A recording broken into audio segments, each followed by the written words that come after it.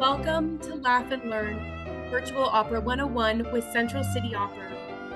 Each week, we will familiarize ourselves with an upcoming production from Central City Opera's 2024 Summer Festival season.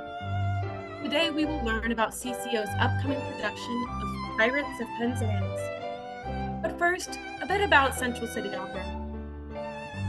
Located 35 miles west of Denver at 8,500 feet above sea level in the Colorado mountain town of Central City, Central City Opera owns and maintains 27 Victorian-era properties, including the Teller House and the Opera House. CCO is the fifth oldest professional opera company in the country and is renowned for its exquisite summer festival. CCO is unique, defined by its jewel box opera house and its tradition and commitment to American opera, both in repertoire and through training programs. We offer creative education activities and community engagement throughout the year across the Denver metro area and the state of Colorado, as well as in virtual spaces through programming like Laugh and Learn and the CCO podcast.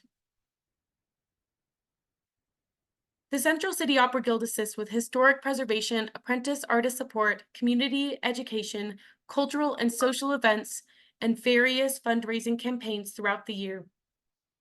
Experience the timeless hilarity of Gilbert and Sullivan's operetta, The Pirates of Penzance. Savor the grandeur of Puccini's beloved The Girl of the Golden West, and embrace the heart and soul of Kurt Weill's iconic American opera, Street Scene. Discover the rich tapestry of love, drama, and community at Central City Opera's captivating 2024 festival.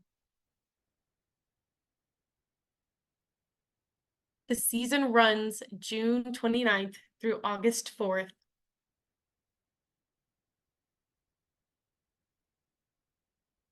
In today's Laugh and Learn, join CCO Director of Development Billy Higgins to familiarize yourself with CCO's upcoming production of The Pirates of Penzance.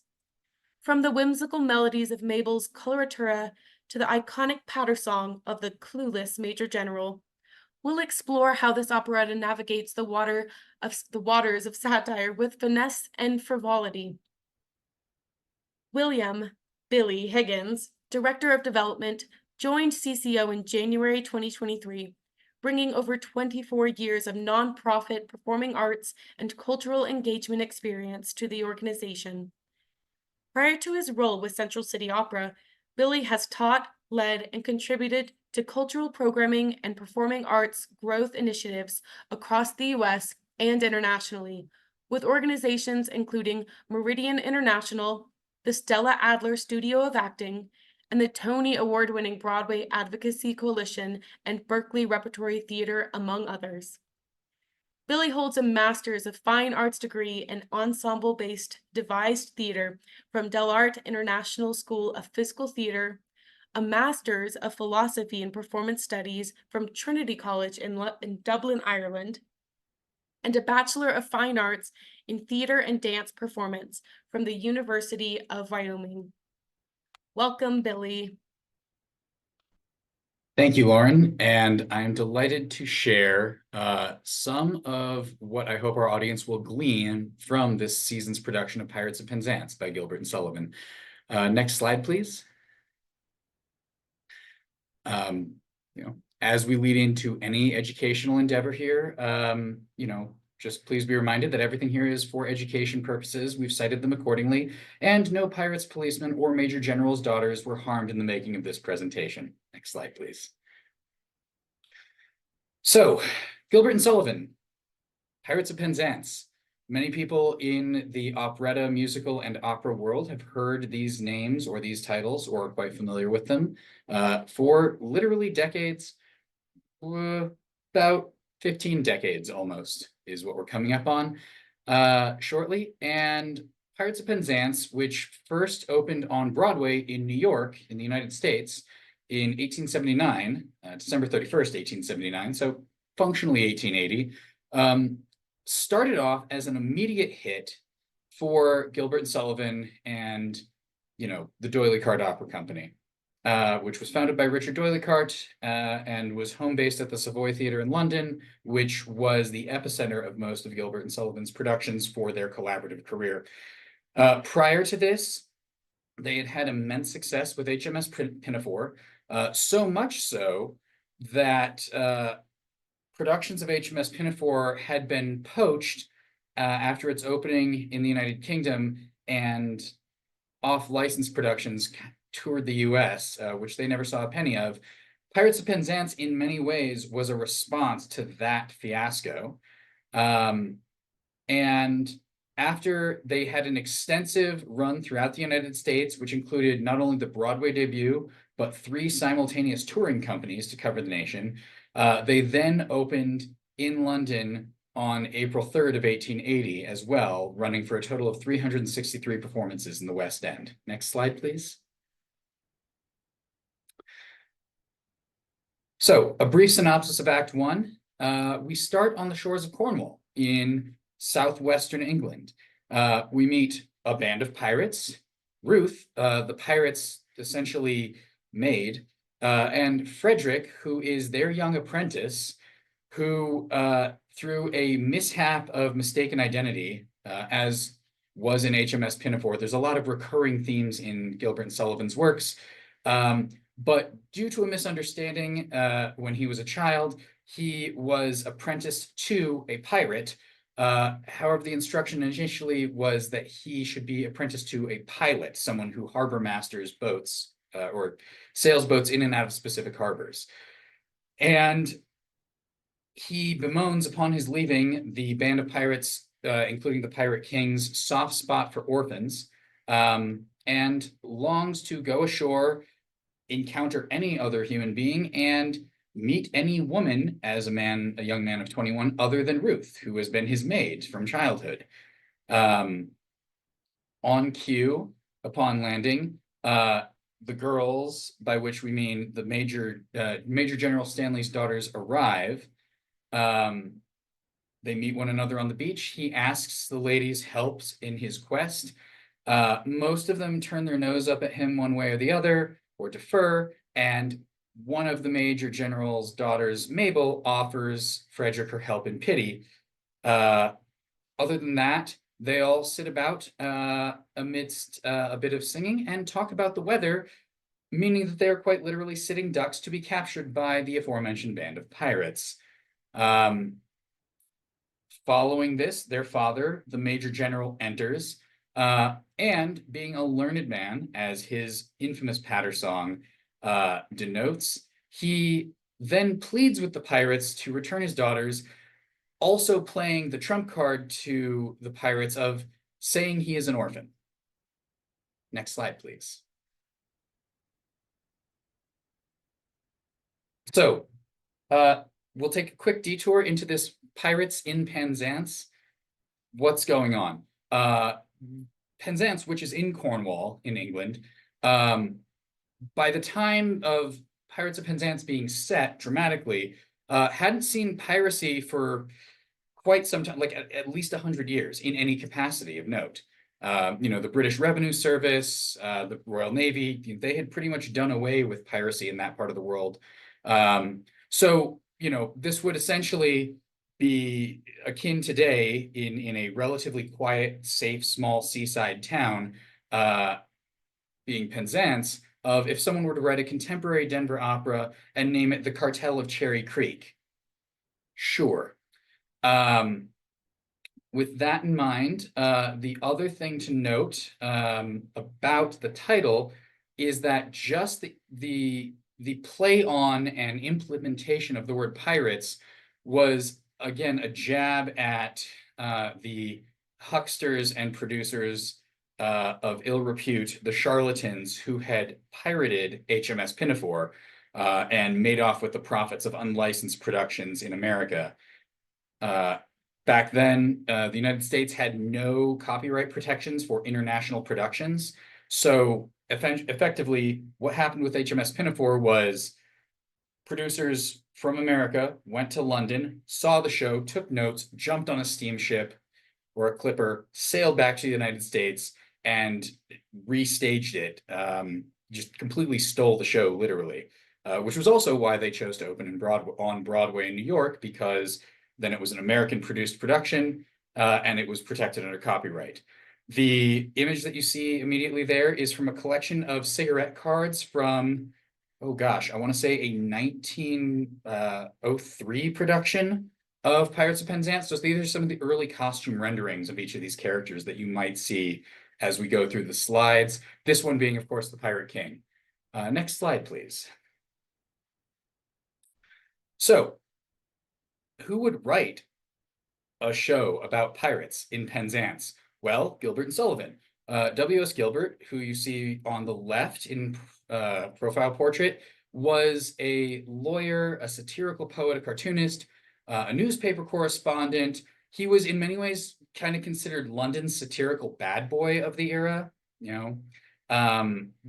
was the person who you didn't want to cross because he would just cut you up in the newspaper, and could defend himself in court. And so he knew exactly how to, as a professional practice, walk right up to the line of what was acceptable, without crossing it, which he did time and time and time again in the scripts that he wrote as the dramatist of the two, or excuse me, librettist. And Sir Arthur Seymour Sullivan, who was the composer, composing the music of their duo, was somewhat of the opposite. He was actually a favorite of Queen Victoria's. He focused largely, in large portions of his career, on church music and other sanctimonious works that were of a softer tone, or a more sanguine canon than the work that he did with W.S. Gilbert.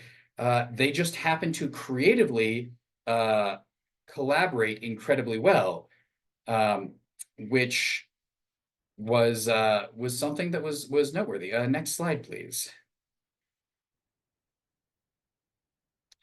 So it should be noted, while they collaborated creatively very well in terms of matching language and pattern and story to composition, they were famous for a very tumultuous professional personal relationship outside of what was produced on stage and on the page.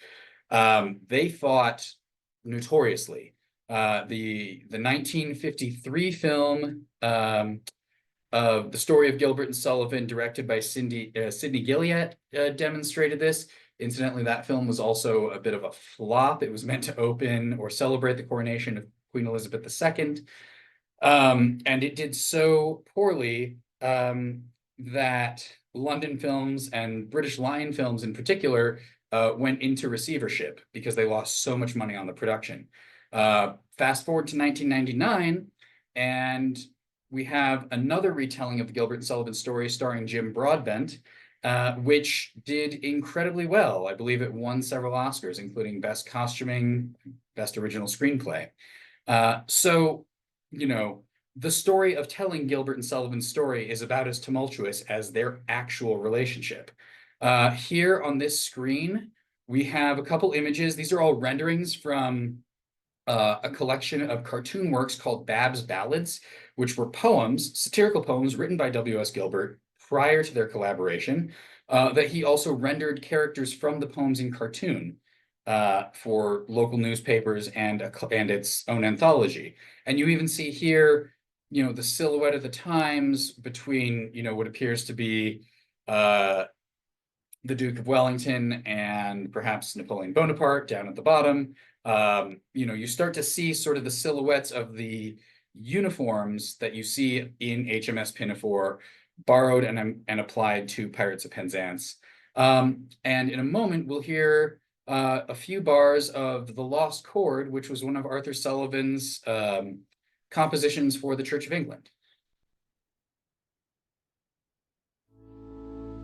Seated one day at the organ, I was weary and ill at ease, and my fingers wandered idly over the noisy keys. I know not what I was playing, or what I was dreaming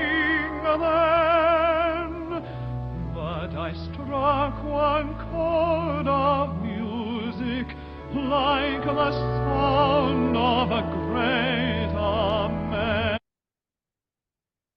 Thank you. Next slide, please. So the third in this trio that doesn't get nearly as much screen time in any retellings of their story, but was absolutely central to Gilbert and Sullivan's success, was Richard Doyleycart himself.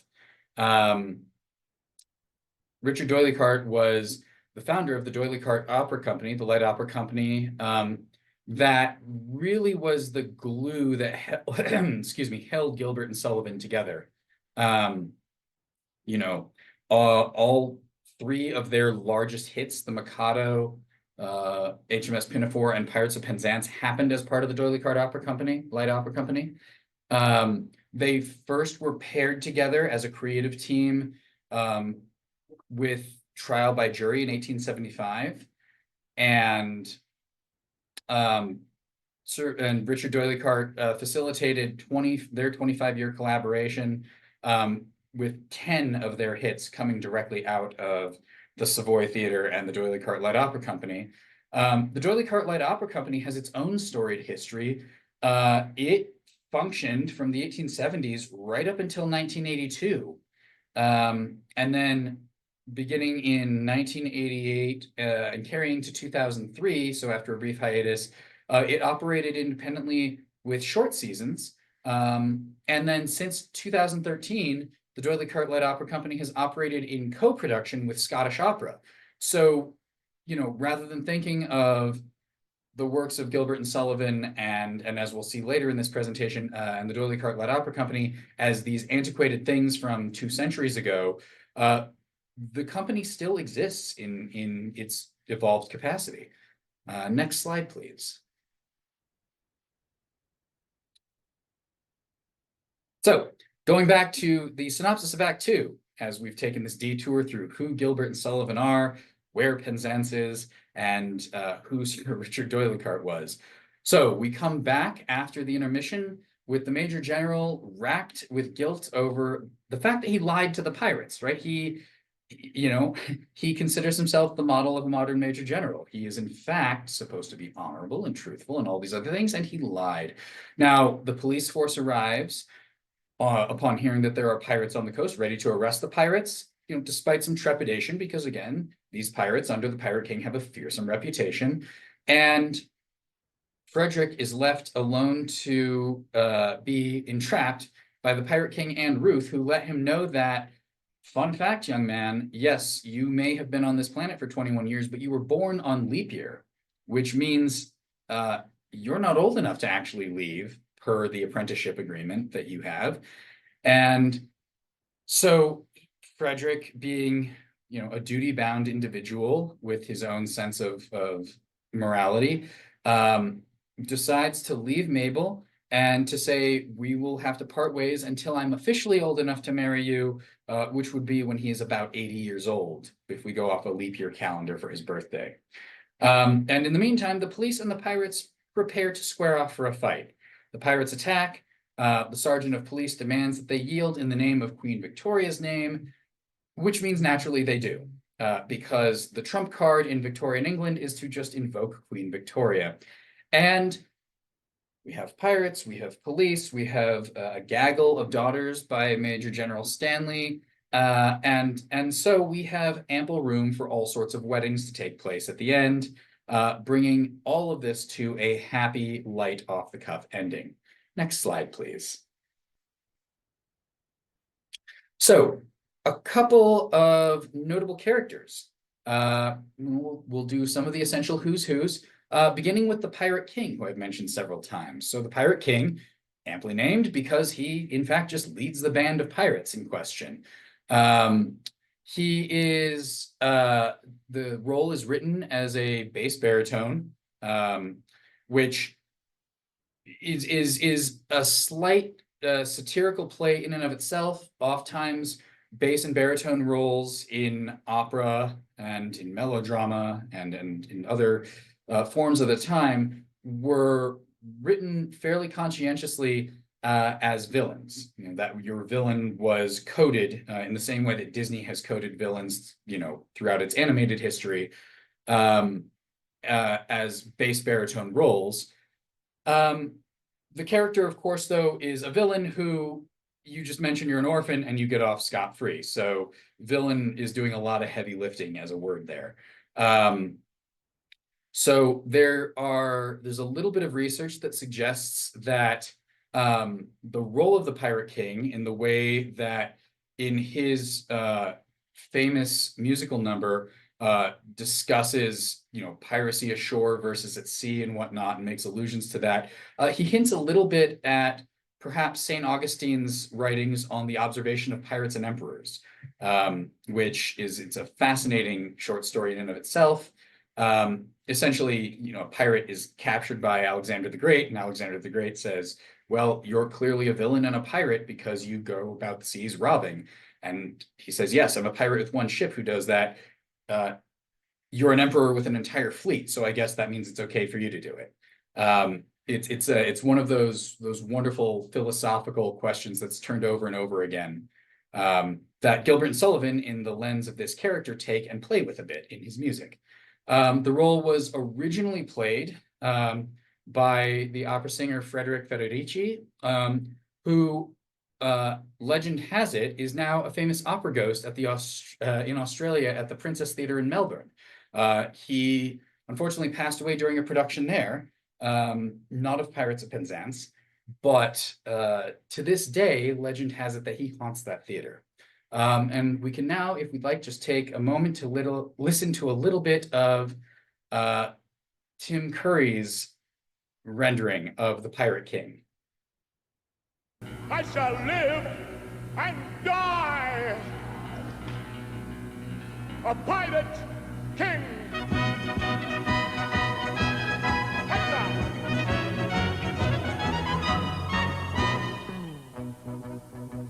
Oh, better far to live and die under the brave black flag I fly than play a sanctimonious part with a pirate head and a pirate heart. Down! Why to the cheating world go you, where pirates all are well-to-do? But I'll be true to the song I sing, and live and die a pirate king.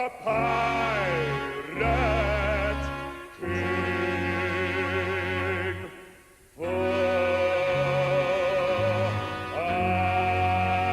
I am a pirate king, and it is a glorious thing to be a pirate king. But I am a pirate king, for I'm the pirate king. And it is a glorious thing to be a pirate king. It's a the pirate king, for I'm the pirate king.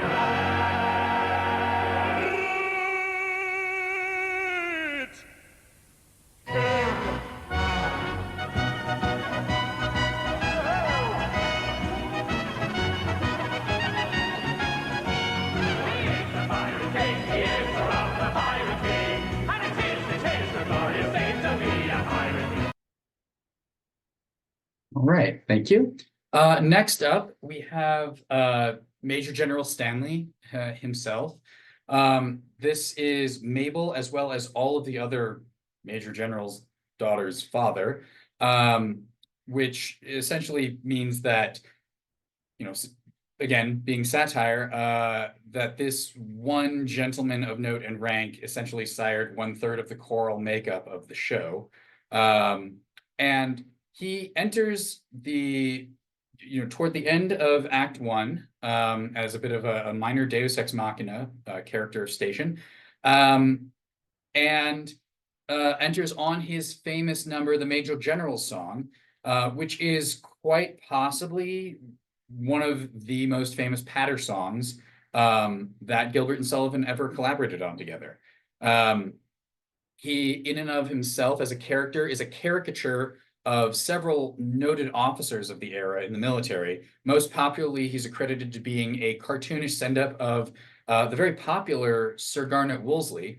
The character has a lot of deft commentary on the hollow merits through his song and his behavior of the hollow merits of the military system in the Victorian era, which still relied in large part on officers' commissions being purchased. So if you came from wealth, you came from a family with money, regardless of your baseline capability, as was decried a lot about in the Crimean War in the 1850s.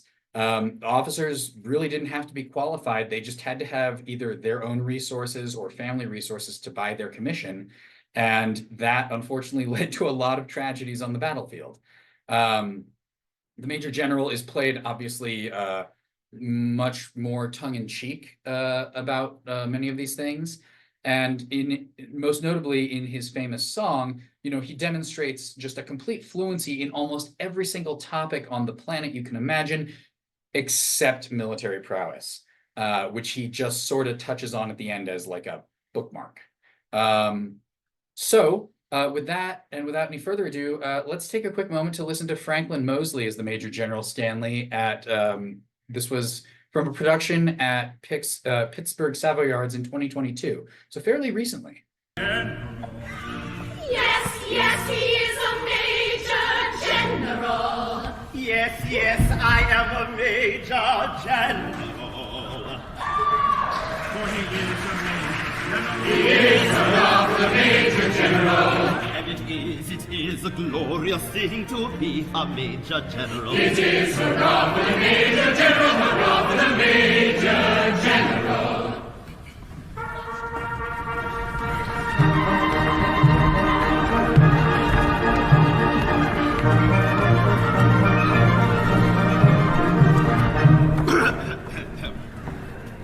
I am the very model of a modern Major General. I've information, vegetable, animal, and mineral. I know the kings of England, and I quote the fights historical. For Marathon to Waterloo and all is categorical. I'm very well acquainted with matters mathematical. I understand equations both as simple and quadratical. About maneuver theorem, I am teeming with a lot of news. Orange. No. With many cheerful facts about the square of the hypotenuse. Thank you. Next up, as we hit on some of the main characters, Frederick, the leading man, the tenor, one half of the young lovers equation in this piece. So Frederick is raised by pirates that he's been accidentally apprenticed to, and he's really only known that life, and yet he still has a very distinct sense of honor about him. In fact, part of the early portion of the show, before he goes ashore, he almost laments the fact that, well, once he is out and making an honest living, he might have to come back and hunt the pirates, which is, again, both a bit of an oddity and a bit of satire in that, well, they still let him go, and he still says, yeah, I'm probably going to come back and exterminate you. Again, playing on the satire of the sanctimony of the time within polite society and what one ought do. The character, in keeping with most young heroes, is written as a tenor in the composition. And again, we see to the left one of the cigarette cards from that same collection that we saw earlier. Next slide, please. And then character-wise, next up we have Mabel, who is written as Frederick's young love interest, written as a soprano. And the standout role or character of Major General Stanley's daughters, who, with everyone else politely deferring, steps forward and says, no, I'll help you, Frederick. It's okay. Which of course means now a girl's talking to him and they're in love, because that's clearly how that works. Mabel is written in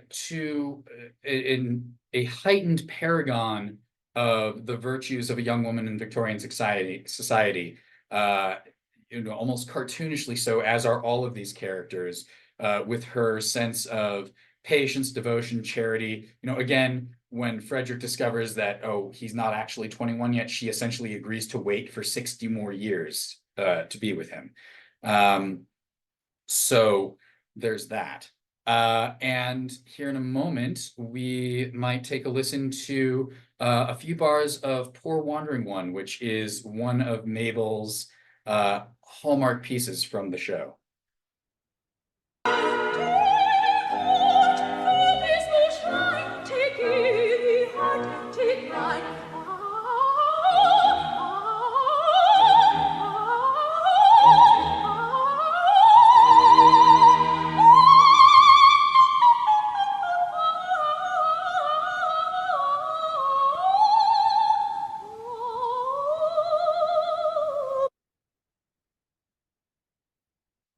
Thank you. And as we come toward our conclusion, I guess one of the big questions we might all have for ourselves when we talk about Gilbert and Sullivan is, so what? Why these operettas? Why these light operas from 150 plus years ago? Who cares?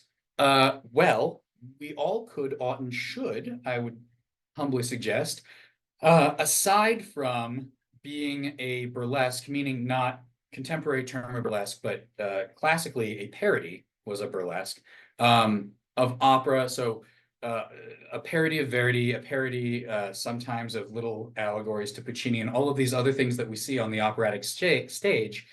Pirates of Penzance still to this day is a ribald and funny cutting of poking fun at convention, of the satiric nature that Gilbert and Sullivan wrote most of their work with. It looks at a lot of hypocrisies within the society that they lived in, some of which carry through to this very day. And the music that both the lyrics, the stories, and the compositions were infectious. People left the theater singing them. They've translated to, cartoons of today for generations. We think of Bugs Bunny and What's Opera Doc with Elmer Fudd, that's a send up of Wagner. But again, opera has a life outside of what we think of as a conventional opera setting, myriad ways. And Gilbert and Sullivan, as creators of light opera, perhaps even more so in terms of their universality.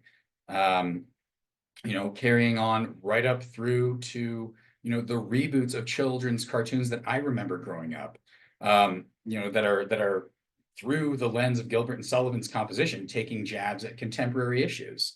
And let's see if we can't actually pull one of those up right now.